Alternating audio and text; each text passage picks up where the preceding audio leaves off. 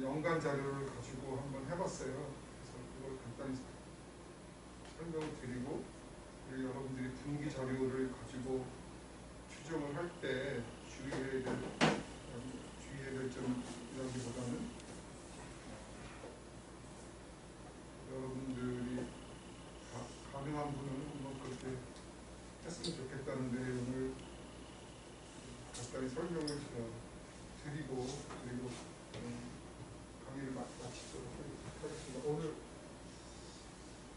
이 앞에 식사들은 하신 거예요? 네.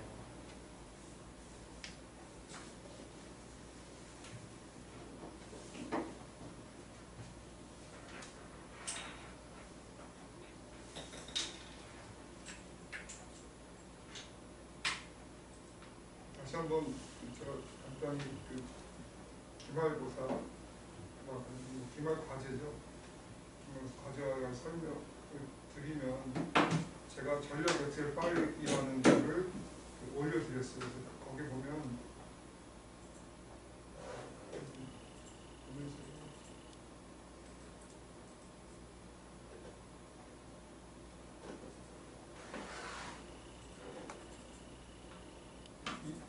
이 파일인데요.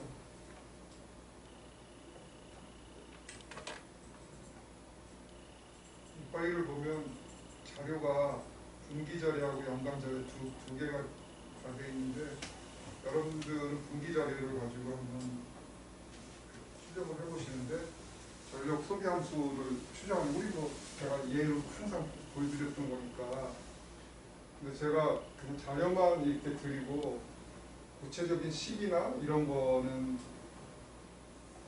제가 이렇게 여러분들한테 말씀드리지 않은 거는, 여러분들이 한번 식을 여기 있는 자료만 가지고 추정을 해보셔도 좋고, 이거 외에 더 필요한 데이터가 전력 소비를 설명하는데 더 필요하거나 아니 더 중요하다고 생각하는 그런 나는 자료 변수가 있다고, 이런 게 이제 그런 변수를 생각하는 게 있다고 하면 그거를 추가해서 쓰셔도 돼요. 근데 제가 여러분들한테 지금 준 자료는 크게 총 전력 소비하고 총 전력 소비의 평균 판매단가, 그리고 주택용 소비, 주택용의 판매단, 총 판매단가, 일반용 전력 소비하고 일반용 판매단가, 산업용 소비하고 산업용 판매단가, 그리고 이제 소비자 물가지수, 생산자 물가지수, 이거는 이거 수요함수, 소비함수를 보통 추정할 때 가격을 명목 가격이 아니고 실질 가격을 쓰는 게 일반.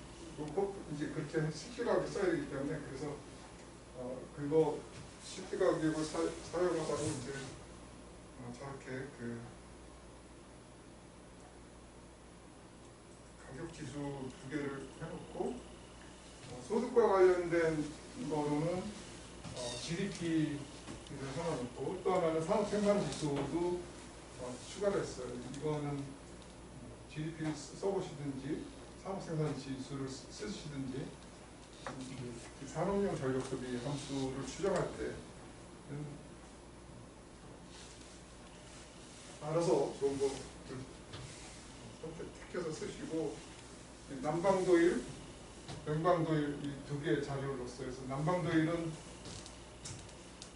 기온이 18도보다, 그러니까 일평균 기온이 18도 미만일 때, 이하일 때, 그 18도를 기준으로 해서 기온 차이를 이렇게 매일 그게 몇 도인지 그 차이를 이렇게 누적해서 해놓은 걸 남방도일이라고 하고요. 그래서 남방도일이 크면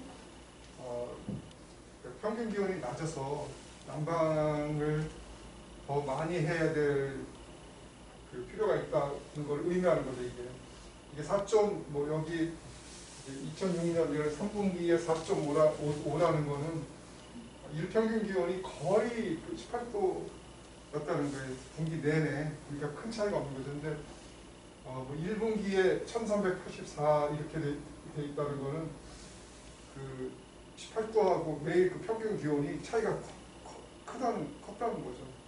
그거를 1분기는 1월 1일부터 3월 31일까지 매일 18도하고 그날의 평균 기온 그 차이, 18도 만약에 그날 평균 기온이 5도였다. 그러면 18도하고 5도는 13이잖아요. 그게 13, 그리고 그 다음 날은 뭐 0도였다. 그러면 18이 되고, 그걸 더한 숫자가 이거예요. 한 분기 동안에. 그러니까 매일매일 그 18도하고 그 차이가 큰 날이 많았다고 하면 이제 난방도율이 커지겠죠. 냉방도율은 이제 거꾸로 24도보다 기온이 높을 때 냉방이 필요하다고 판단을 한 거죠. 일평균 때 사실 일평균 기온 24도면 굉장히 높은 거예요. 왜냐면 이게 그 아침 점심 다 이게 해서 24도이기 때문에 그럼 낮에 막 30몇 도 이렇게 올라가는 날만 아마 될 거예요. 그래서 이제 그런 통계고, 그래서 이 분기 데이터이기 때문에 어떤 용도는 기온에 특히 민감하게 반응하는, 특히 이제 일반용이나 주택용은 많이 그러겠죠. 그럴 경우에 이제 이런 거, 이 뒤에 거는 이거 무시하셔도 돼요. 그리고 제가 이제 범위 변수는 추가를 안 했는데, 계절 더미를 한번 써보겠다고 생각하시는 분은 계절 더미를 여기다 추가해서 사용을 하셔도 되고, 그리고 통계를 이렇게 보면 그 전에 한번 가장 최근 통계를 보면 15년 여기 이제 2010년부터 이게 3분기가 7, 8, 9월이잖아요. 여름이 포함된 시간이라서 이게 3분기는 주로 냉방도의 기온이 높으니까 냉방이 이제 필요하다고 해서 이제 이 숫자가 커지게 되는데 다른 분기에 비해서 2010년에는 151, 11년에 94, 133, 172, 2013년에 좀 높았네요. 그리고 2014년에는 뭐 57 정도, 그러니까 여름이 이상 저온이 있었던 거예요. 2015년도 그러고 2016년에 다시 153.5로 13년보다는 못하지만 2016년은 굉장히 높죠.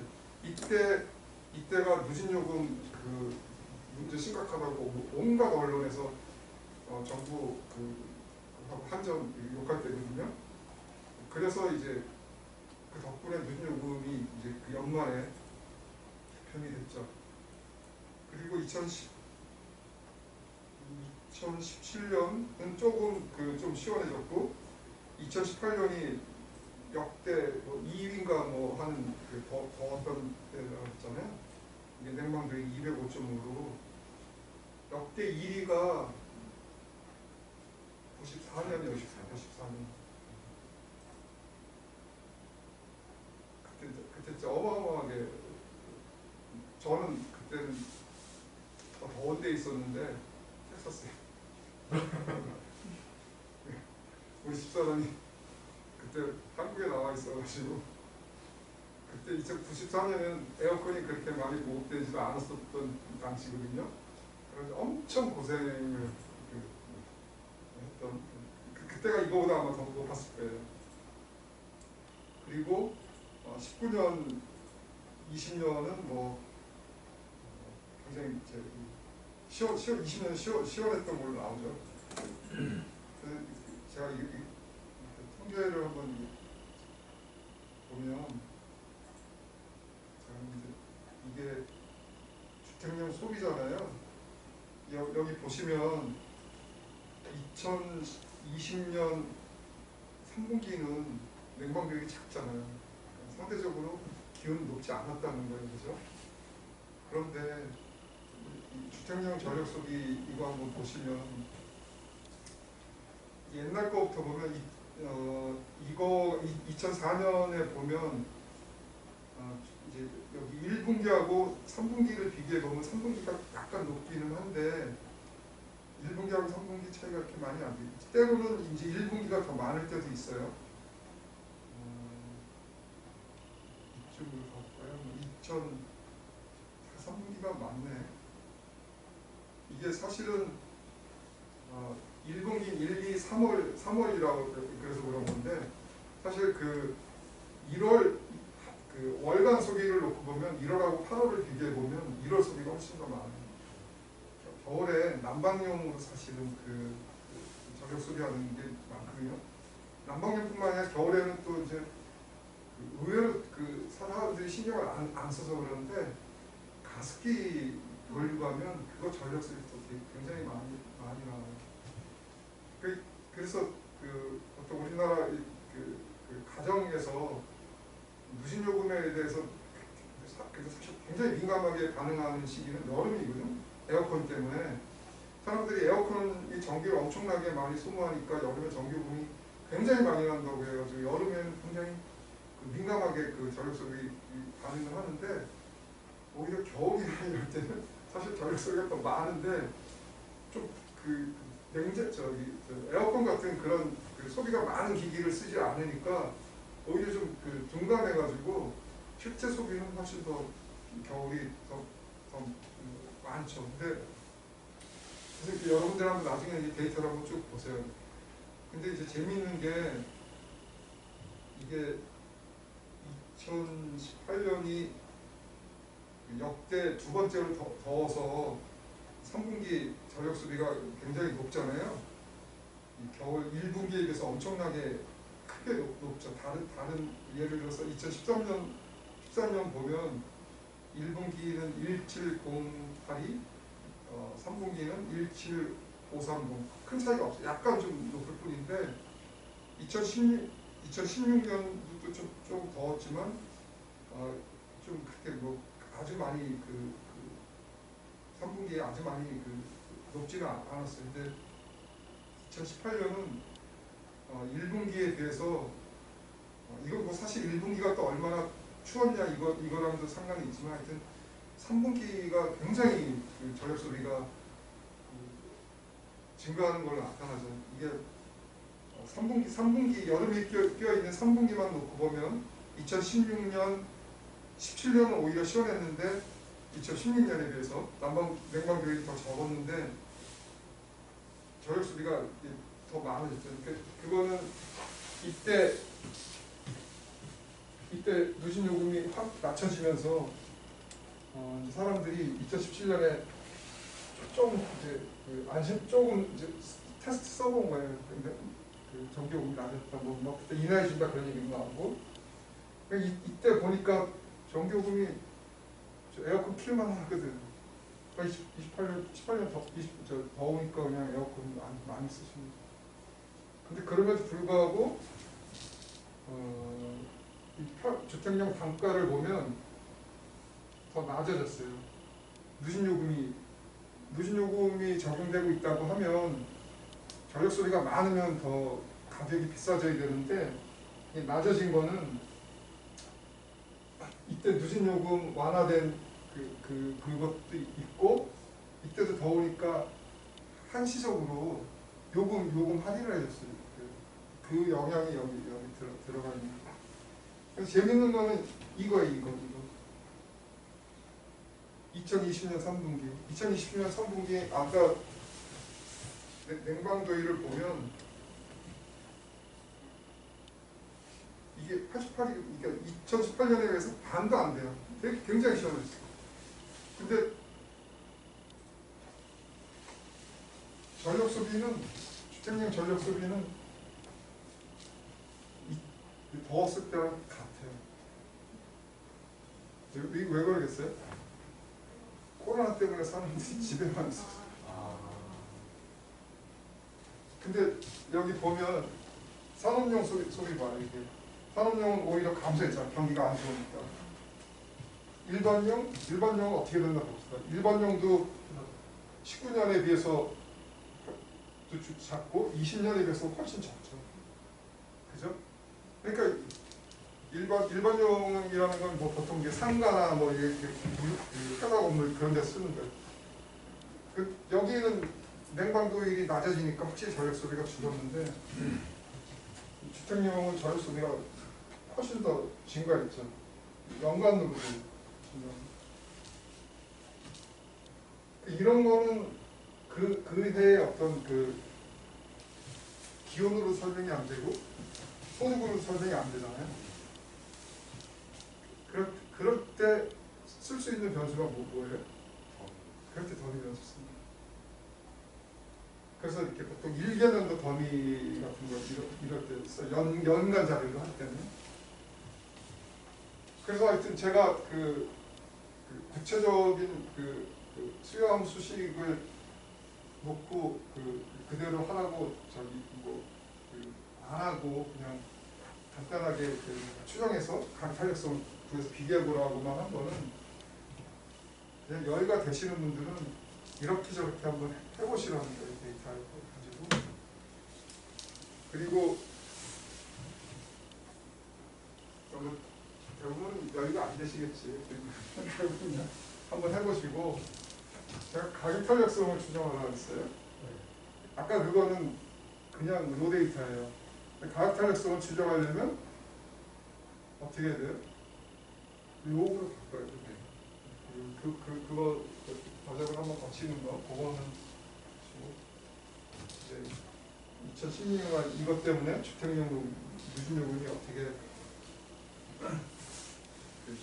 소비 구조 변화에 어떤 영향을 주는지 범위 변수를 사용해서 한번 검증해 보시라는 거고, 그렇게 해서 이거를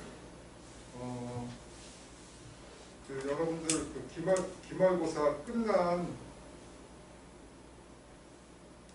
다음 주 기말고사로 했잖아요. 12일 그죠? 네. 그러면 이 과제는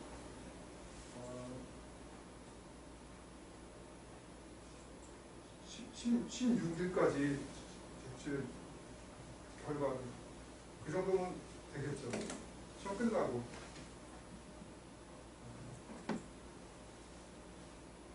16일까지 아직 그게 안 나왔어. 그 성적 제출을 어떻게 하려니 그래서 제가 보는데 19일까지 시험. 16일에 그렇죠. 그 다음 주 토요일까지 1월까지 했어요. 20일까지. 네, 알겠습니다. 갑자기 중간에. 네. 일찍 내시면 제가 역승을 해서 플러스 1점씩을 더 드릴게요. 나중에 일찍 내면 한 10점씩 더. 근데 틀리면 일찍은 내는데 틀릴 수 있으니까. 그래서 제가 이제 그거를 말씀을 드릴게요. 추정한 걸 전력 수요 이건 이제 연간 자료를 가지고 한 거예요. 그래서 제가 총 전력 소비 주택용도 여러 개 여기 일반용, 산업용 이렇게 했어서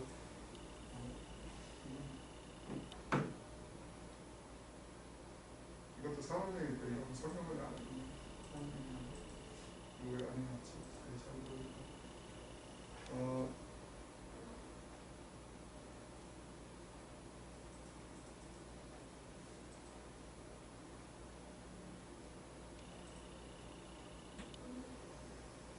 이거 이제 연간 자료 가지고 추정을 했는데 연간 자료는 2000년부터 2020년까지 21년간의 자료를 가지고 추정을 한 겁니다. 그래서 총 전력 소비를 추정한 결과를 보면 탄력성이 발표됐어요. 이 발표력성은 마이너스 0.257, 소탈력성 1.16. 시청기라는 거 다 좋고, 뭐 R스퀘어도 다 괜찮고, 그래요. 근데 사실은 여기 우리가 유감스럽게도 검증을 할 수 없고, 이 시계열 자료를 가지고 할 때 우리가 좀 다른 중요한 것 중에 하나가 고차항의 자기상관. 근데 엑셀에서는 그게 안 나와요. 그래서 이거를 더비나 쓴 통계량을 구하고 싶으면 이제 옷 저기 잔차항은 계속 저기 프린트가 되거든요. 이거 거기 하면 그거 가지고 법이나 쓴 통계량 구하는 식에 따라서 여러분이 식을 만들어서 뭐 구해야 돼. 그러니까 사실은 이거는 엑셀은 그냥 여러분들 한번 해보라는, 그러니까 테스트하는 그런 거지, 우리가 알고 싶은 그런 통계량은 다 주질 않기 때문에 기본적으로 우리가 계량 모형을 설정을 하고 그걸 데이터 가지고 추정할 때는 전문적인 통계 패키지를 사용할 수밖에 없어요. 이거는 아마 제가 지금 안 해봤는데 틀림없이 오차항이 자기 상관이 있을 거예요. 있다고 생각을 해요, 저는. 근데 하여튼 그럼에도 불구하고 여기 추정된 결과로만 놓고 보면 굉장히 결과가 좋죠. 사실은 그런 오차항에 자기 상관이 있다고 하면 여기에 이 종속 변수에 시차 변수를 하나 더 넣어볼 수도 있어요, 사실은. 그러니까 이게 그럼 2020년의 전력 소비는 가격, 소득, 그리고 2019년의 전력 소비. 2020년의 전력 소비를 그 전에 전력 소비 하나를 시차항을 넣어서 볼 수도 있어요. 이제 그래서 우리가 보통 장기 관찰성 같은 걸 할 때 많이 쓰기도 하는데 어쨌거나 이건 참 잘 나와서 이걸 그냥 그대로 관찰성이 총 전력 소비의 관찰성은 마이너스 0.257이다 이렇게 쓰면 되는데 문제는 이제 같은 이제 2021년간 자료를 가지고 연간 자료를 가지고 해보면 주택용 소비는 이게 소득 가격성이에요. 소득 가격성은 티통계량도 높고 잘 나와요. 가격 가격성은 티통계량 값이 좋은데 부호가 플러스예요. 가격이 비싸면 더 많이 쓰는 거죠. 근데 이거는 왜 이런 문제가 발생하냐면, 그래서 이제 사실은 엄격히 말하면 주택용 전력 소비 함수를 추정할 때는 가격 자료를 평균 가격을 쓰면 사실은 안 돼요. 왜 그러냐면 우리가 기본적으로 회귀 분석할 때 기본적인 가정이 이 설명 변수는 확정적인 변수라고 그랬어요. 그래서 종속 변수하고 이 설명 변수가 서로 상관관계가 없어야 되는데 주택용 같은 경우 가격은 소비량하고 상관관계가 있어요. 왜냐하면 누진요금 때문에 소비가 많으면 가격이 올라가는 그런 상관관계가 있어요. 그래서 사실은 그냥 단순하게 최소 제곱법으로 추정을 하면 이런 경우는 안 돼요. 이론적으로는. 그런 문제를 해소하기 위해서는 도구 변수를 쓴다든지 아니면 투스테이지라고 해서 수요 함수하고 공급 함수를 같이 추정을 해가지고 그런 어떤 문제를 그걸 우리가 내생성의 문제라고 해요. 이게 설명 변수가 종속 변수하고 상관관계를 갖게 되는 그런 경우 내생성의 문제라고 하는데, 내생성의 문제를 치료하는 방법 중에 하나는 이제 도구 변수라는 거를 쓰는 방법, 아니면 투스테이지라는. 이거는 근데 우리가 한 학기 과정에서 그거를 요구하는 건 아니고, 사실은 이거는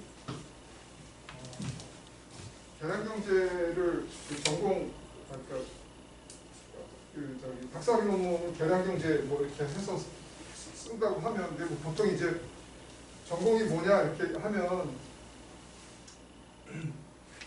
보통 필드 2개를 보통 박사학위 딸 때 2개를 얘기를 해요. 나는 거시하고 계량을 했다든지. 그래서 거시하고 계량 전공이라는 게 뭐냐면, 일반적으로 박사과정에서 이제 논문 쓴 자격을 얻으려면 필드 두 개를 보통 선택해서 시험을 봐요. 그러니까 자기가 전공한 나는 산업조직론하고 화폐공론을 하겠다 그러면 그 2개에 대해서 시험을 봐서 통과를 하면 이제 논문을 쓰게 되는 거거든요.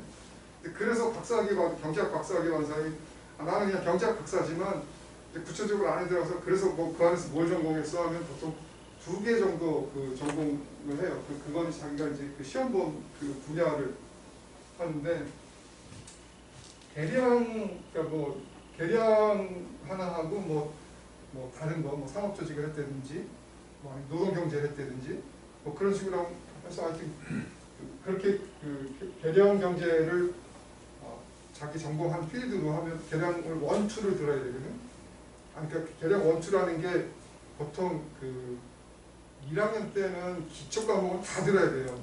기초 과목으로 듣는 계량 빼고 하나 두 개 더 들어야 돼. 그러니까 최소한 계량 경제를 3학기 이상 들은 사람도 제가 아까 말씀드렸던 도구 변수 쓰고 하는 게 되게 어려워요. 어떤 걸 도구 변수를 써야 되는지 뭐 이런 게 굉장히 좀 어려워. 그래서 우리 한 학기 강의를 가지고 뭐 도구 변수까지 얘기하는 건 우리가 하여튼 근데 원칙적으로는 그렇게 해야 되지만 우리는 그냥 OLS를 한번 그냥 해보는 거예요. 이거 그래서 한번 비교해보자. 근데 이게 이제 플러스잖아요. 그럴 수가 있어. 왜냐하면 앞에 제가 말씀드렸지만 주택용은 누진요금이 적용되고 있기 때문에 그 소비량이 많은 가구면 가격이 비싼 가격을 지불하기 때문에 이게 서로 그 정의 상관관계를 보이는 게 이상하지 않을 수 있어. 근데 하여튼 그럼에도 불구하고 여기에 마이너스가 찍히게 추정해볼 수도 있어요. 그거 방법 어떻게 하냐면 그래서 계량 우리가 이걸 할 때 딱 한 번만 돌리지 않고 여러 개를 뭐 주택용 가격 저력소비 가격 탄력성을 구하는데 제가 아까 드렸던 그 데이터 가지고 수십 개를 추정할 겁니다. 변수를 더 추가해 보기도 하고 추정 기간을 2000년에서 2020년 자료를 써보기도 하고 2005년부터 끊어서 쓰기도 하고 해요. 그러다가 운 좋게 마이너스 딱 지키고 티값도 잘 나왔어. 그럼 그걸 딱 갖다 쓰는 거지. 보고서 논문에. 사실은 특히 이제 우리나라 같은 게 우리나라가 이제 그게 심해. 우리나라는 통계가 굉장히 불안정해서 이거를 1년치를 추정할 때 1년치를 추가하느냐 뭐 빼느냐에 따라서 막 부호가 막 바뀌기도 하고 사실 그렇다고 하면 그 추정 개수를 신뢰하기가 사실은 굉장히 어려워. 안정성이 없으니까. 그럼에도 불구하고 우리가 이제 여러분들이 뭐 나중에 이제 논문 쓰기 위해서 뭐 이런 계량 모형을 가지고 뭐 작성한 논문이나 보고서 같은 걸 봤을 때 결과가 잘 나온 게 이렇게 실렸다고 하면 이게 그냥 한번 딱 해서 잘 나왔구나 그렇게 생각하시면 어마어마하게 많이 돌려서 그거 그 하나 건진 거구나 그렇게 사실 생각을 하셔요. 운 좋게 바로 될 수도 있지만 그런 경우는 사실 굉장히 드물고. 그래서 제가 그냥 이게 연관 자료지만 여러분 뭐 시간이 되시는 분은 한번 그렇게 추정에 사용한 기간을 이렇게 좀 잘라보기도 하고 뭐 더미 변수 같은 거 놓다 뺐다 뭐 이런 식으로 한번 하면서 이런 것들이 얼마나 이렇게 변하는지도 한번 보시고 하고 싶다. 이거는 주택용 소비인데 이거를 여기 더미로 집어넣고 추정한 거예요. 이거는 2016년 이후 절편의 더미를 넣은 거예요. 2016년, 17년, 18년, 19년, 20년을 이루어주고 15년, 2000년에서 2015년까지 다 0을 줘서 보면 이제 티통 계량이 그렇게 좋지는 않은데 하여튼 2016년 이후에 그 전에 비해서 이 Y축을 끊는 게 이게 플러스니까 좀 높아졌죠. 그러니까 약간 높은 데서 이제 기본적으로 저력소비가 이루어진다고 뭐 그걸 있는데 근데 이건 티통 계량이 별로 높지 않기 때문에 무시해도 되는 거죠. 이거는 범위 변수를 이건 절편에 그러니까 넣은 거고 이거는 가격에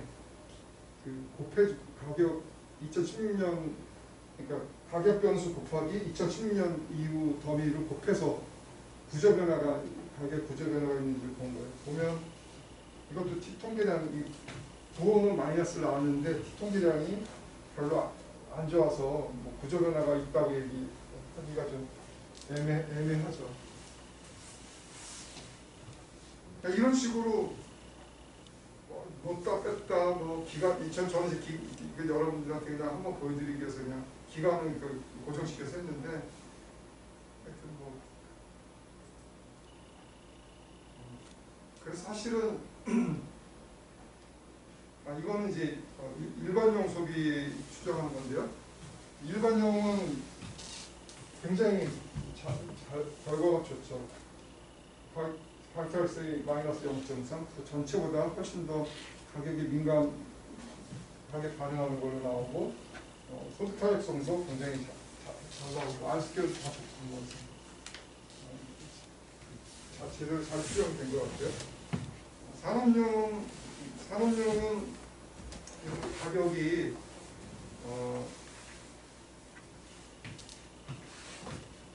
T값은 좋은데 이제 이게 발달성이 플러스로 나왔어요. 그러니까 그 전력 소비와 가격이 올라가도 전력 소비를 줄이지 않는다는 겁니다. 산업용은.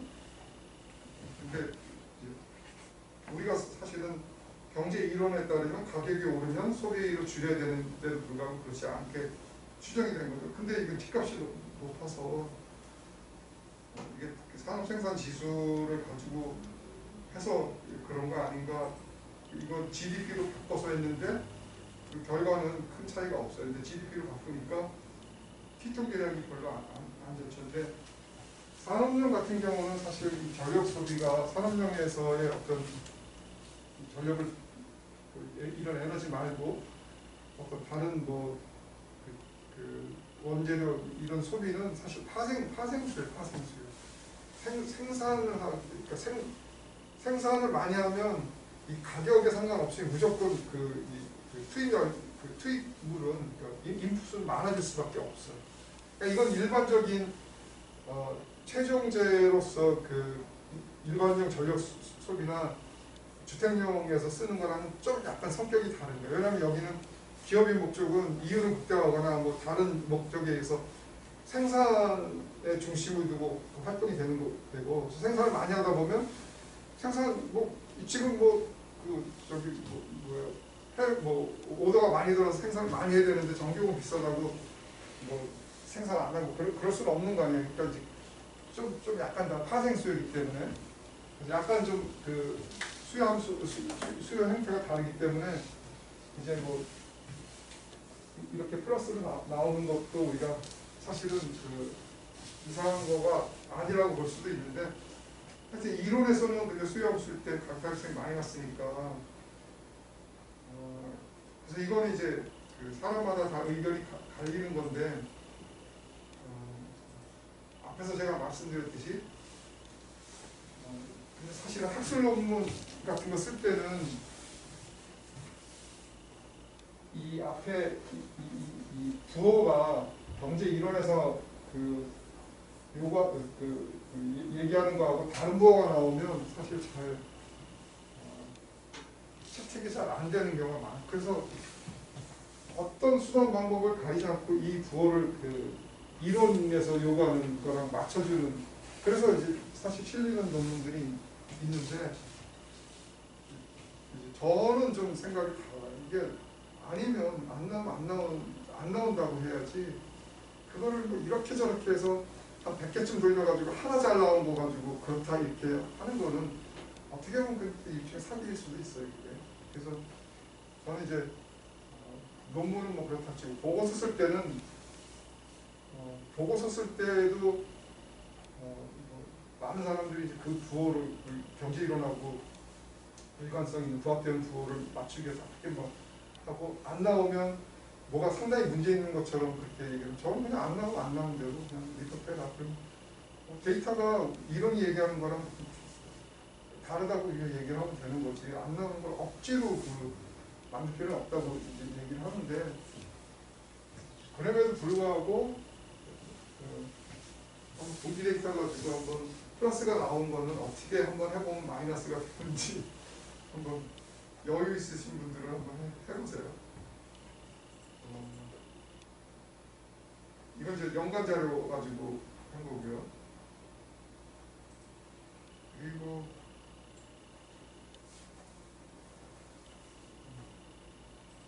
이거는 이제 주택용 분기 자료 가지고 한 건데요. 그냥 그 2004년부터 분기 자료를 썼는데 2003년까지는 데이터가 좀 얻을 수 없는 데이터들이 있어서 이제 이렇게 2004년부터 썼어요. 그냥 소득하고 가격을 그냥 단순하게 놓고 추정했을 때는 주택 이건 앞에서 우리 연간 자료를 했을 때와 마찬가지로 다 각자일수는 플러스로 뭐 T값도 높게 뭐 하죠. 근데 이게 특히 그 주택용은 앞에 써봤지만 우리 계절별로 이렇게 소비가 차이가 벌이잖아요. 그래서 계절적인 계절성을 가지고 있기 때문에 먼저 이제 그걸 난방도의라고 냉방도의를 도서로 추정을 했어요. 난방도의라고 냉방도의를 추가를 하니까 가격 타격성이 뭐가 마이너스가 나왔어요. 그죠? T값인데 이게 나고 요것만 높여주는 노력을 하면 되는 거지. 전 안 했는데 제가 그냥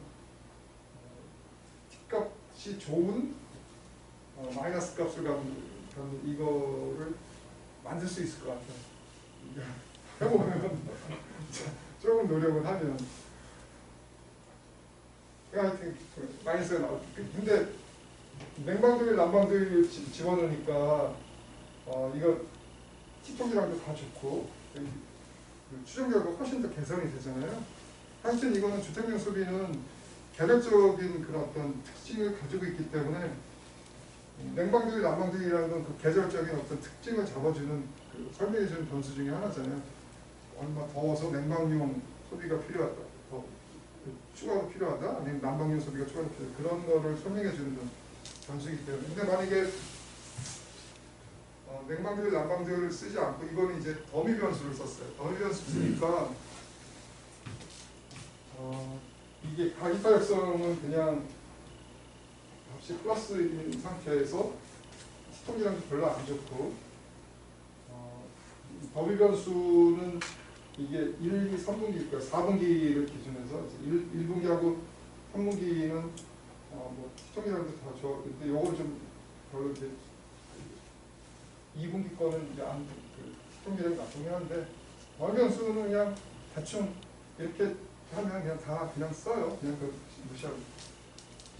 그래서 제가 여기서 안 한 거는 사실은 더미 변수하고 냉난방도일을 같이 쓰면 약간 문제가 있어요. 어떤 문제가 있을까요? 그지. 완벽하진 않지만 난방도일은 난방도일이 높은 시기하고 그 1분기나 3분기 이거하고 난방도일은 1분기겠죠. 냉방도일은 3분기하고 그래서 약간 이제 비례가 더미 변수하고 이제 그런 문제가 있긴 한데 만약에 여기다 그걸 넣었다 그러면 이게 마이너스고 T값도 잘 나올 수도 있지. 그럼 잠깐 제가 안 해봐서 그런데 또 알 수가 없어요. 한번 해보세요. 그렇게 되나 안 되나. 그러니까 그거를 정작 박사를 받았다는 사람들이 그 짓을 계속 하는 거 아니에요. 이거는 엑셀이니까 되게 불편하지만 계량고용 추정하는 그 전문적인 소프트웨어는 되게 편해요. 그냥 하루에 막 몇백 개씩 돌려본다고 그냥 한 번에 한 뭐 3, 40개 이렇게 식을 작게 변수 하나 넣었다 뺐다 이렇게 해서 모양 다 하고 뭐 그 추정 기간도 데이터 사용한 기간도 2004년부터 2020년, 뭐 2005년부터 2020년, 2006년부터 그렇게 해가지고 하면 그 조합을 하면 막 어마어마한 개수가 많이 나오거든요. 거기다 지금 저는 여기다서 그거를 그런 걸 추가 안 했는데 뭐 상대 가격이 영향을 줄 수도 있잖아요. 특히 이거는 이제 주택용은 잘 모르겠는데 일반용 같은 경우는 도시가스 가격하고 아마 전력을 난방용으로 전력을 쓰는 건물들이 되게 많기 때문에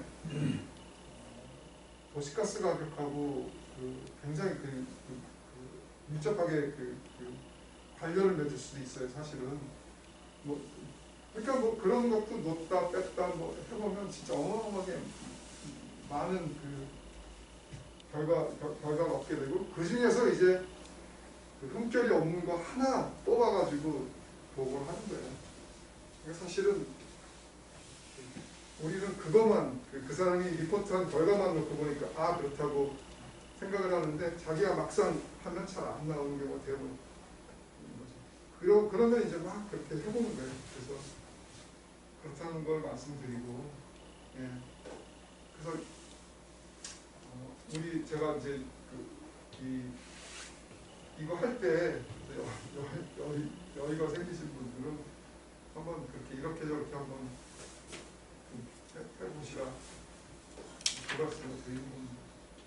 교수님 그럼 1번 같은 경우는 예. 수요의 가격 탄력성을 할 때 제가 모델을 만들 때 예. 그 가격에 로고 붙인 거 말고 다른 점수들을 다 넣어서 만들어도 되는 거죠? 그죠? 하여튼 해보세요.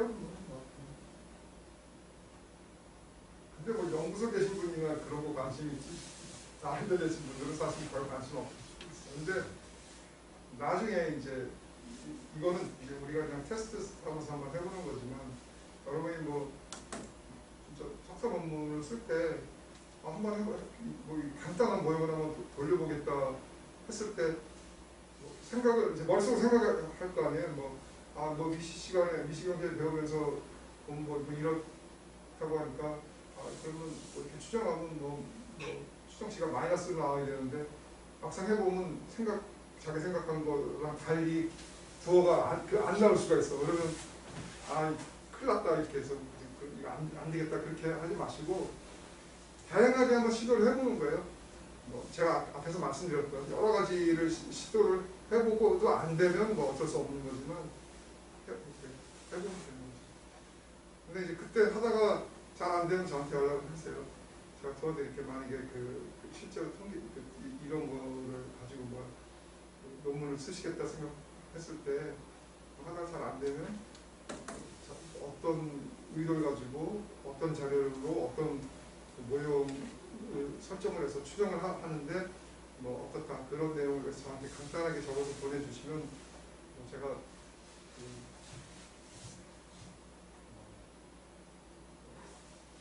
도와드릴 수 있는 범위 내에서는 한번 제가 도와드릴게요. 네, 두 번째는 이제 더미 변수를 이용해서 구조 변화 시험입니다. 일단 과제와 관련해서 이 정도로 설명을 드리겠습니다. 질문 있으면 선생님 변수를 추가하면 예? 모델에서 변수를 추가하면 T값이 좋아지거나 예.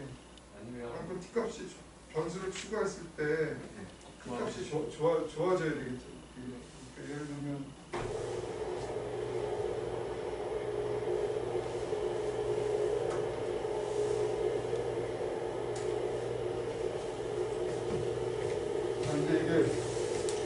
이게 전력 수용수를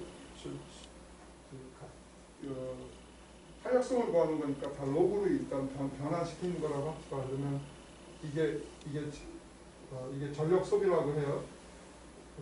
그러니까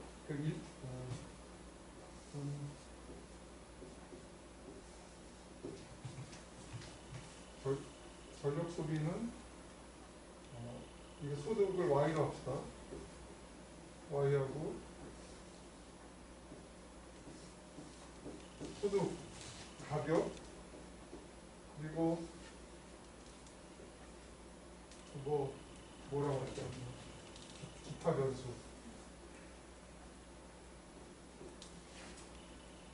여기에 뭐 냉방비율, 난방비율이 들어갈 수도 있고 뭐 이거는 이제 이거는 전력의 가격이면 여기에는 뭐 가스 가격이 될 수도 있고 그럼 뭐 아니면 더 필요한 어떤 거를 뭐 이렇게 추가해서 추정을 하면 되겠죠. 근데 이제 그래서 이제 추정을 해보면 이제 이렇게 이 추정치들이 나오잖아요.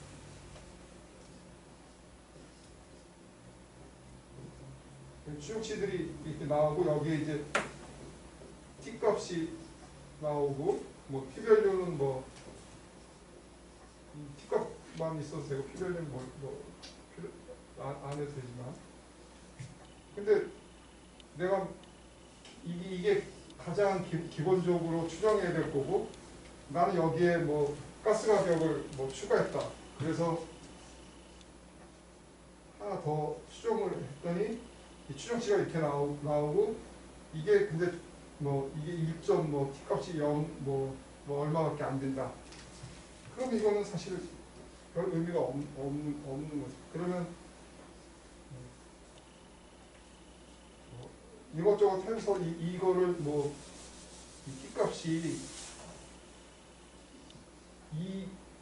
대충 2보다 큰 값을 2에 근접한 값을 갖도록 노력을 하든지 아니면 다른 변수를 넣고 이게 T값이 유의한 유수준을 충족시킬 수 있는 T값을 나와야지 의미가 있는 거고 T값이 안 좋으면 잘 의미가 없는 거고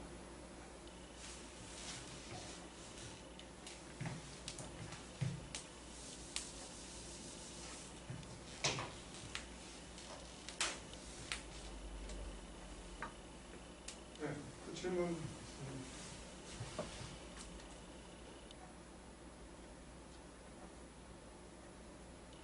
뭐 다른 거 질문하셔도 상관없습니다. 대략 우리 그 NS 통계 외에 최근에 보면 요즘에 이렇게 돌아가는 거를 보면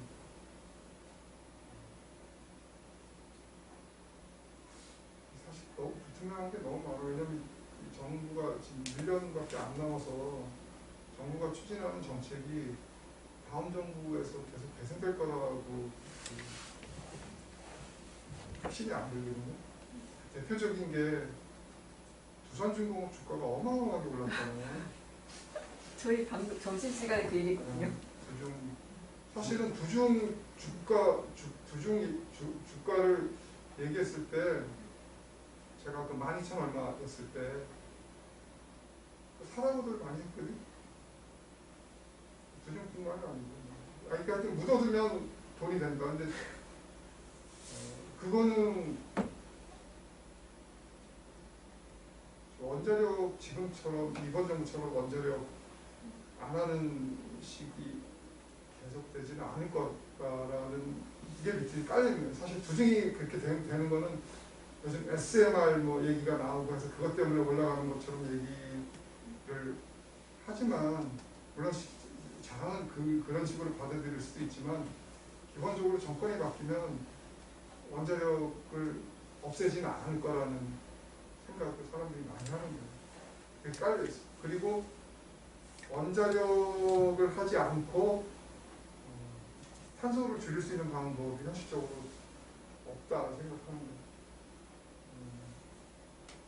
재생에너지 가지고 특히 이제 우리 같은 경우는 재생에너지로 대체하기가 상당히 여건이 별로 이렇게 좋은 나라가 사실 아니잖아요. 뭐 다른 나라에 비해서. 그러니까 이제 기본적으로 사람들이 이제 그런 이제 마인드를 가지고 있는 거니까 이건 제 개인적인 의견이니까 그래서 사람들이 이제 원자력이 지금처럼 이렇게 되지는 않고 뭔가가 좀 그게 지금 사실은 두중이나 이런 원자력 관련된 주가를 막 끌어올리는 요인이 아닙니다. 그럼 정권이 딱 바뀌어서 야 이제는 이제 원전 안 하는 게 아니고 뭐 그렇다고 원전 르네상스는 아니지만 지금처럼 없애지는 않고 어느 정도 뭐 유지해서 가겠다고 정책을 딱 바꾸면 주가가 더 올 거 아니야. 그런 주가가 빠지는 거죠. 왜냐하면 힘이 지금 다 반영이 되어 있기 때문에 주식은 항상 뭐 뭐라 그러지? 소문에 사서 뉴스에 발라가지고 뉴스 나오면 여기 끝인 거야. 그래서 그건 제가 묻자고 하는 말씀드린 거고. 근데 하여튼 지금 탄소제로 뭐 넷제로 얘기를 많이 하지만 IAEA에서 나오는 보고서나 뭘 봐도 사실 그 신재생만 가지고 그거를 미트시키는 게 굉장히 어렵다고 얘기를 하는 것 같아요. 우리나라도 그런 것 같고. 지금 제가 알기로는 그래서 내년에 대선에 그 대권에 도전하고자 이렇게 생각하는 많은 사람들의 지금 캠프가 지금 다 구성돼서 막 돌아가고 있어요. 이 사람들이 원전 전문가를 되게 많이 찾아. 내년 어떻게 될 거냐. 그리고 자기가 이것과 관련해서 정책 공약 어떤 식으로 해야 될 거냐. 그래가지고 여기에 진짜 전문가가 누구냐 막 찾아. 실제로 가서 막 강의도 해주고 하는 사람도 있어요. 저도 막 얘기 많이 듣거든요. 그래서 그런 사람들이 지금 1, 2는 아직 못 만나봤어. 이재명, 윤석열. 그 나머지 사람들한테는 다 가서 지금 얘기를 해주고 있어요. 그 사람들이 뭐 어떤 생각을 갖겠어. 원전 전문가, 원전 해야 되는 사람이 가서 얘기를 하는데 신재생 뭐 지금 NGO 지금 주류 그러니까 탄소중립위원회 만드신 거 아시죠? 탄소중립위원회에 들어가 있는 사람들이라고 해서 또 다 신재생을 또 옹호하는 사람들은 또 아니야. 몇 면을 보면 주로 환경 쪽 그 단체에서 일하는 사람들이 많이 와서 일을 하고 있긴 하지만 어쨌거나 지금하고는 좀 뭔가가 하여튼 달라지지 않을까 하는 그런 기대를 많이 하고 있는 것 같아요. 그래서 굉장히 시끄러울 것 같기는 해. 대선을 중심으로 에너지 정책이 발표되고 하면 이번 정부에서 하고 있는 정책을 계속 추진해야 된다고 얘기하는 분들하고 그거 가지고는 탄소 분리 뭐 불가능하다. 특히 이제 재생에너지 같은 거는 개통에 굉장히 좀 개통 불안정성을 굉장히 지금 야기시키고 있잖아요. 지금 제주도 사람만 봐도 막 그런데 그거 전국으로 확 설비를 늘리면 진짜 경험 못하는 거. 뭔가 우리가 당할 수도 있는 거죠. 그렇지 알 수가 없어요. 그래서 뭐 대안들은 뭐 여러 가지를 많이 준비하고 있다고 하지만 그것도 뭐 어떻게 될지 알 수가 없는 거고. 하여튼 근데 하여튼 분명한 거는 원자력을 해야 된다고 주장하는 사람이나 하지 말고 다 신재생으로 해야 된다고 하는 사람들이나 석탄은 안 된다는 거 똑같아요. 석탄은 죽이자. 이거는 이해가 일치되고 있어.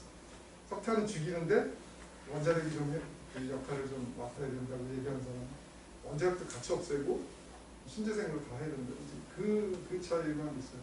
그래서 석탄 죽이는 거에 대해서는 이의가 없을 것 같아요. 그래서 그것과 관련해서는 다양한 대책이 이제 지금도 준비되고 있고, 뭐 예를 들면 상한 제약 같은 거, 물량 제약하는 거, 아니면 배출권 거래제가 사실은 유상할당 비중이 이제 유상할당 비중을 근데 그걸 확 강화시킬 수도 있고 그게 안 되면 탄소세를 넣을 수도 있는 거죠. 탄소세 기본적으로 근데 탄소세는 탄소세하고 배출권 거래제를 같이 시행하고 있는 나라들도 꽤 되는데 기본적으로 탄소세하고 배출권 거래제를 같이 시행하는 나라들이 어떻게 하고 있냐면 전환부문하고 산업은 배출권 거래제를 도입을 해서 하고 수송하고 가정 쪽은 탄소세를 도입해서 그렇게 하고 있는 거거든요.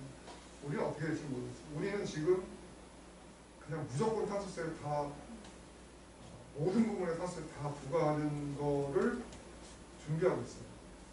그러니까 대체는 아니겠지 몰라. 기재부는 이제 그런 과제 기재부가 하고 있는 과제는 그렇게 진행이 되고 있어요.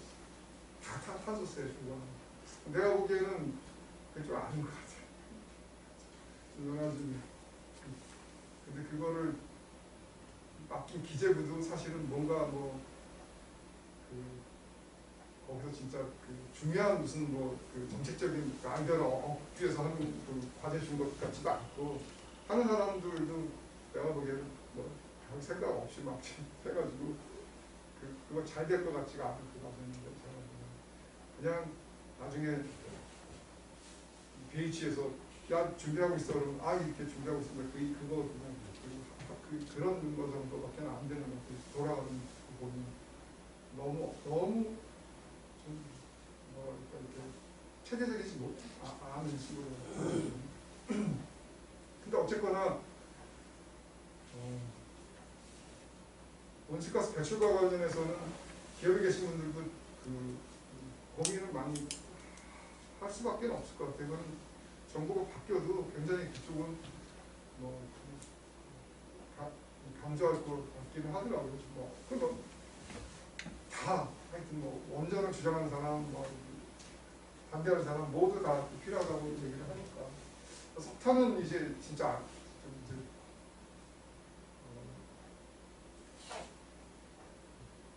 버티기가 쉽지는 않은데, 그러면 가스로 가면요.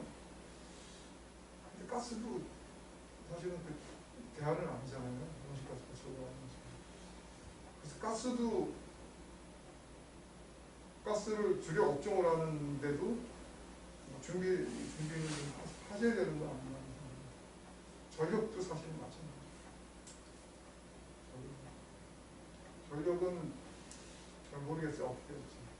근데 이게 지금 대통령이 그냥 탄소 중립 선언만 해놓고 이렇게 여기저기서 말이 많이 나오고 하는데, 제가 보기에는 그걸 이렇게 에너지 전체를 이렇게 놓고 밑그림을 체계적으로 이렇게 제대로 그리면서 지금 되지는 않고 있어요. 그러니까 막 중구난방식으로 막 얘기만 오가고 하고 있지. 그래서 결론은 탄소 중립은 뻥이다. 말만 하고 제대로 안 될 거. 그거 안 되는 대표적인 증거는 전기요금 2.5%를 인상을 못하는 나라에서 탄소 중립을 할 수가 없다는 거예요. 탄소 중립을 하기 위해서 탄소세 같은 거 하면 세금 엄청나게 사실 부과해야 되거든요. 그 에너지 가격이 많이 오를 수밖에 없어요. 정부가 전기요금 2.5%를 2.5%만이 지금 더 인상 요인이 발생하죠. 지금 한전은 이제 갈등에 불이 떨어진 거나 마찬가지인데, 전기요금 그렇게 인상 못하는 나라에서 탄소 중립을 할 수가 없는 게, 또 하나 이제 문제는 탄소 중립을 하려면 사실은 우리나라처럼 산업 구조가 에너지 다소비 구조라서 절대로 안 되거든요. 그러니까 철강, 석유화학 이런 것들이 국내에서 이렇게 많이 생산을 하면 되기가 없죠. 그러면 결국은 그런 에너지 소비가 많은 탄소 배출이 많은 산업들이 배출한 거를 다 CCS나 CCUS나 이런 걸 통해서 흡수를 하는 뭔가를 해야 되는데, 그거 지금으로서는 기대할 수 없다는 거 아니에요? CCUS도 경제성이 없어서 말만 하고 있지 사실은 된다고 저는 생각 안 합니다. 사실은 그런 산업들을 내보내야 돼요. 밖으로. 근데 내보낼 수가 있어. 그게 우리나라 주축 산업인데, 고용이나 여러 가지 문제 때문에. 그래서 저는 약간 좀 지금처럼 해서는 힘들고, 하여튼 전기요금을 비롯해서 에너지요금 대폭 인상 하는 걸 설득을 해야 되고, 근데 사실은 에너지 가격을 많이 올리면 그러면 문제가 해결될까요? 참 안 되지. 이거 보시면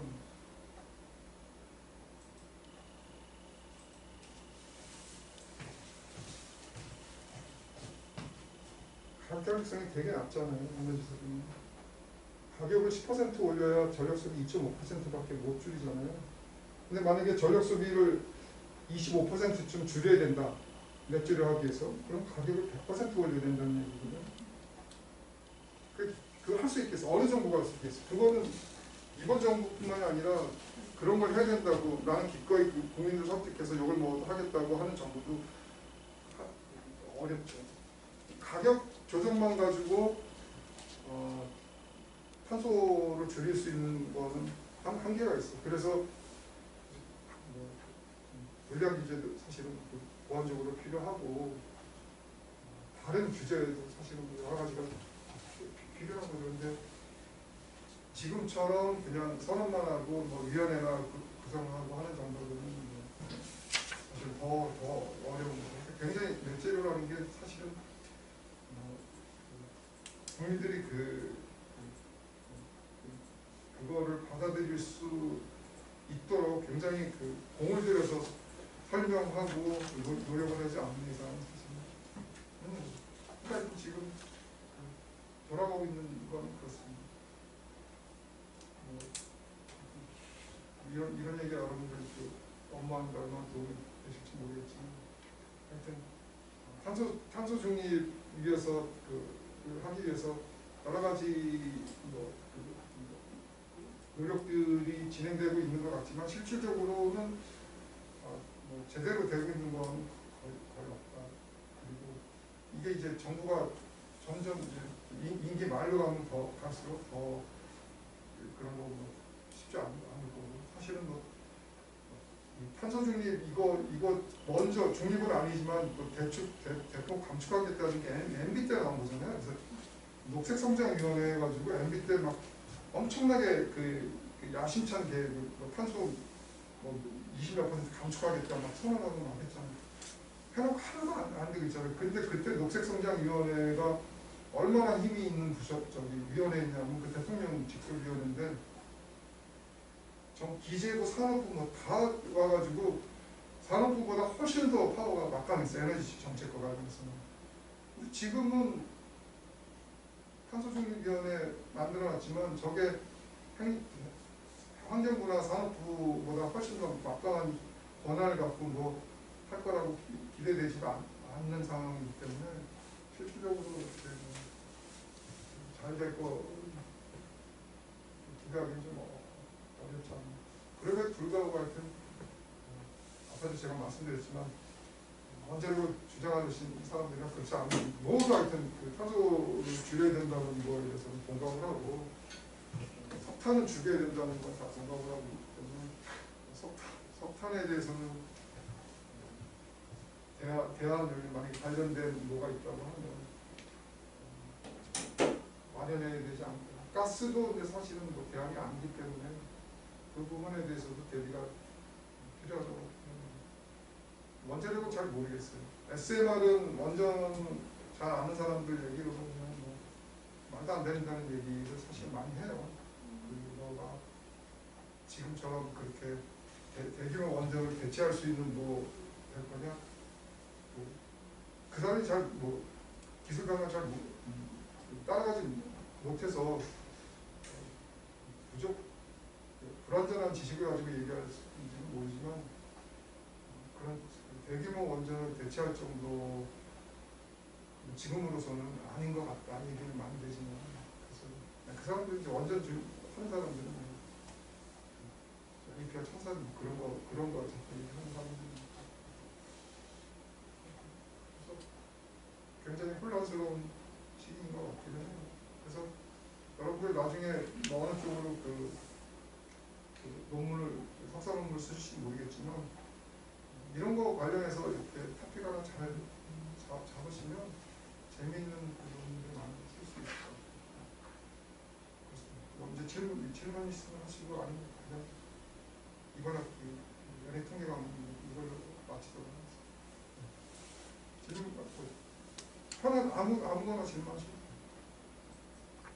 교수님 원전은 그런데요. 예. 이 수소 관련 정책은 어떻게 좀 변화가 있을까요? 그거는 잘 모르겠어요.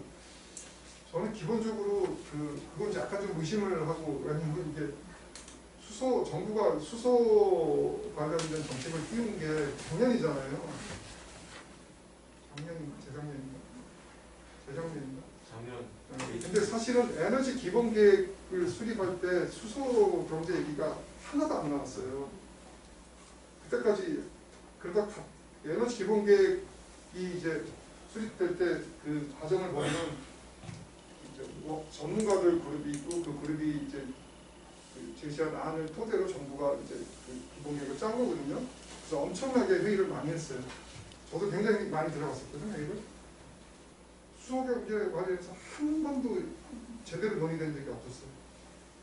그 전문가 워킹그룹 논의 다 끝났어. 그래서 그 워킹그룹 안 던져주고 난 이후에 갑자기 수소 경제 얘기가 뚝 튀어나온 거예요. 근데 이제 그거는 이제 제 개인적으로는 어떻게 저는 이해를 했냐면 그게 수소 경제를 띄우는 거를 대통령이 이제 현대차하고 손잡고 강주의 자동차 공장 얘기 나오고 하면서 한 거거든요. 자동차 회사 입장에서는 수소차가 전기차보다 훨씬 더 좋아요. 왜냐면 전기차는 배터리 업체가 좋은 거고 엔진 이런 거 다 의미가 없어지니까. 수소차는 이제 그게 아니거든요. 그 부품 같은 거가 그대로 자동차 회사에서 담당해야 될 부분이 많기 때문에 자동차 업체 입장에서는 특히 현대 같은 경우는 옛날에 초기에 친환경차 얘기 나왔을 때 수소차냐 전기차냐 했을 때 수소차 쪽을 택했던 데거든요. 그래서 아마 토요타하고 그 현대가 수소차는 제일 오래전부터 중점적으로 아마 저기 했을 텐데 그래서 저는 현대하고 정부하고 이게 맞아 떨어져가지고 수소차 띄우면서 그 현대가 좋은 거니까 대신 그때 정부가 제일 어려웠던 점이 고용 문제였거든요. 고용 정책을 해결하는 방법 하나일 수도 있고.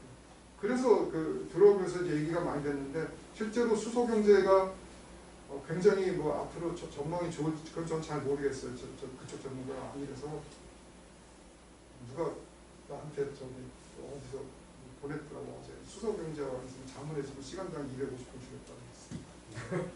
250분이 뭐 얼마 안 되는 해서 안 한다. 잘 모르는데. 그래서 전체 잘 몰라요. 수소 경제. 하여튼 그래서 저는 그래서 이게 뭐 진짜 전망이 좋고 앞으로 그리 가야 될 방향이다 이렇게 생각해서 정부가 차분하게 준비해서 나온 게 아니기 때문에 그거에 대해서 좀 약간 아직도 좀 글쎄 뭐 좀 갸우뚱하는 게 있고 수소 이게 사실은 현재 입장에서는 친환경이 아니거든요. 왜냐하면 수소를 만들 수 있는 방법이 지금으로서는 가스 가지고 해서 하는 방법밖에 없잖아요. 대량 그럴 때는 그래서 이게 친환경적인 방법도 아니라고 환경단체 쪽에서도 반대하는 사람들도 굉장히 많아요. 그래서 그건 잘 모르겠어요. 제가 수소경제 쪽은. 근데 우리나라에서는 제가 보기에 우리나라가 다른 나라보다는 이쪽에 좀 더 비중을 두고 하는 것 같아요. 그래서 우리 연구소에서도 수소 경제하는 친구가 하나 있는데 1년에 한 100일 이상은 회의가 안 해요. 그거 가지고. 한 달에 여기서 출근하는 날이 어떤 날은 하루도 없더라니까.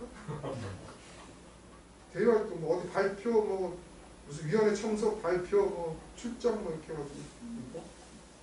그래서 내가 이건 퇴직시켜야 되는 거 아니야?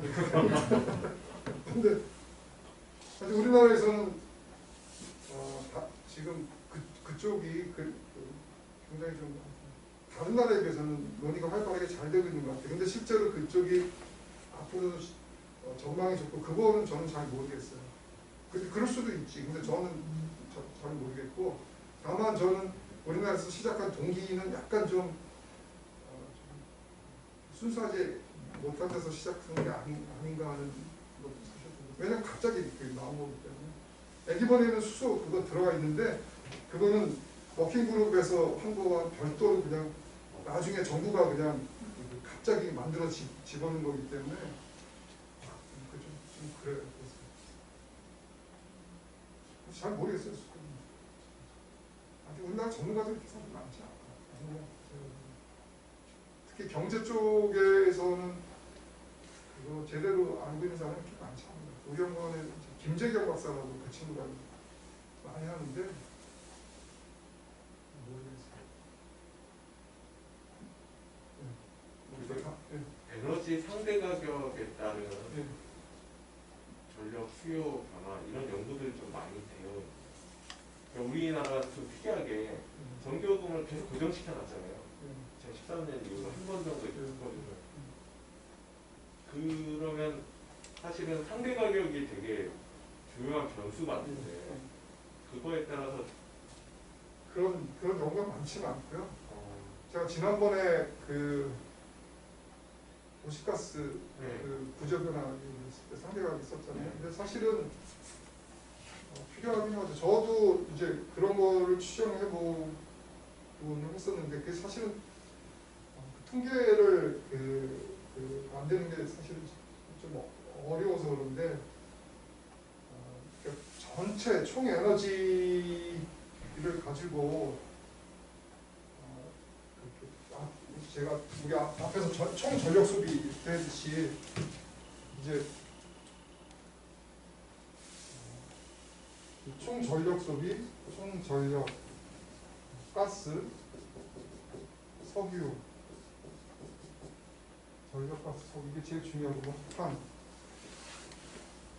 그래서 그 수요함수를 여기 열 에너지도 넣을 수 있는데 그래서 이제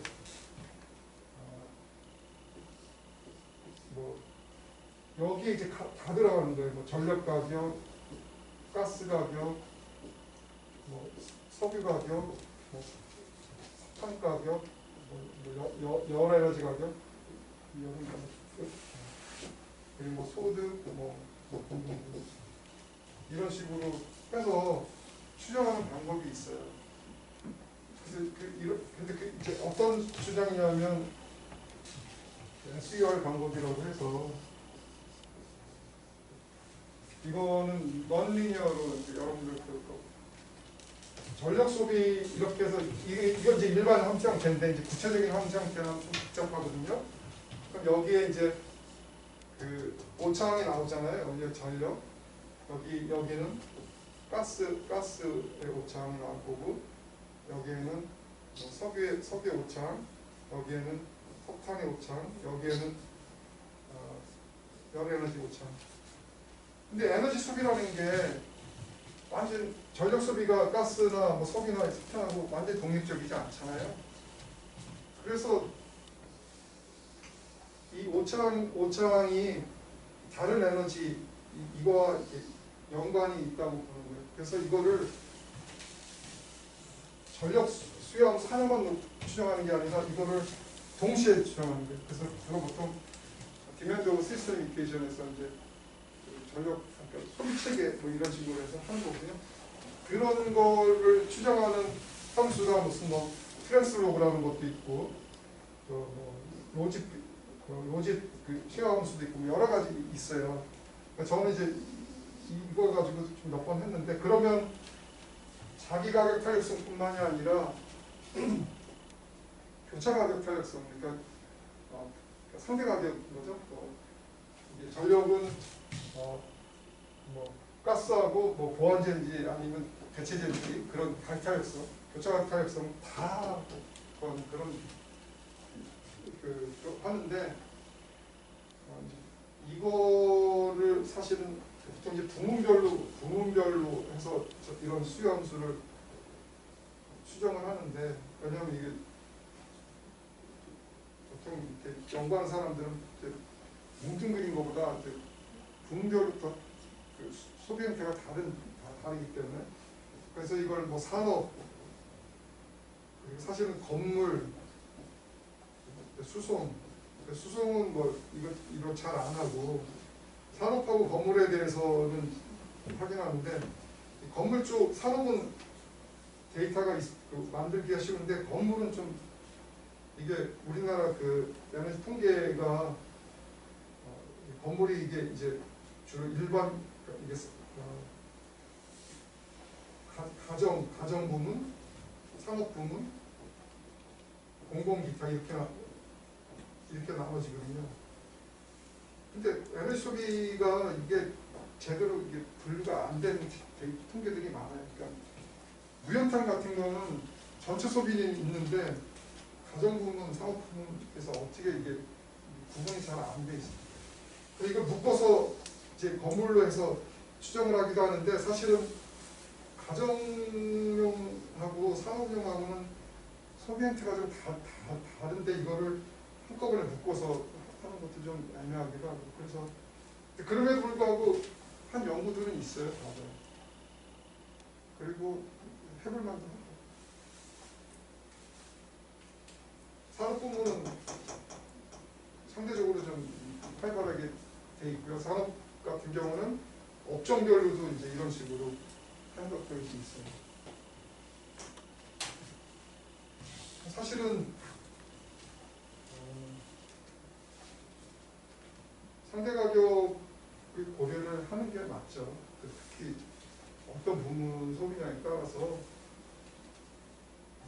최근에 특히 도시가스하고 전력은 이렇게 좀 건물 쪽이나 이런 데서 좀 많이 필요한 것 같아요.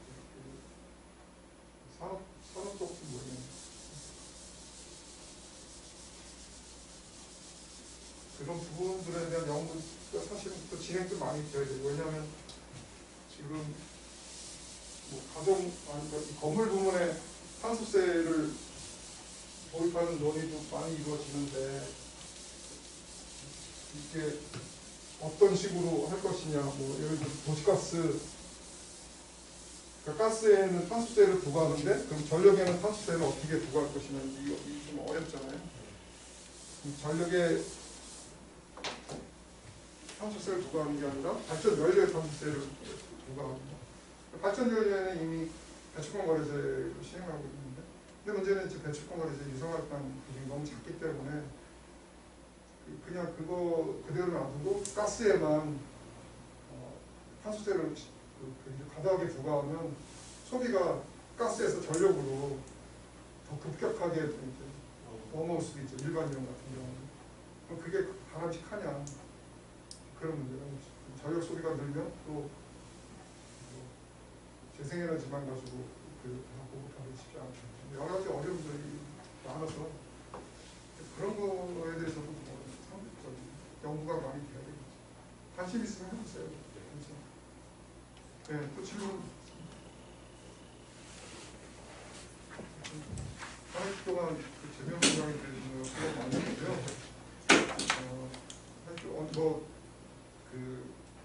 뭘 하시다가 혹시 제가 도움이 될지 안 될지 모르지만 그냥 한번 그냥 이 사람이 이런 거 할까? 궁금한 거 있으면 저한테 메일을 보내주시면 제가 아는 거 있으면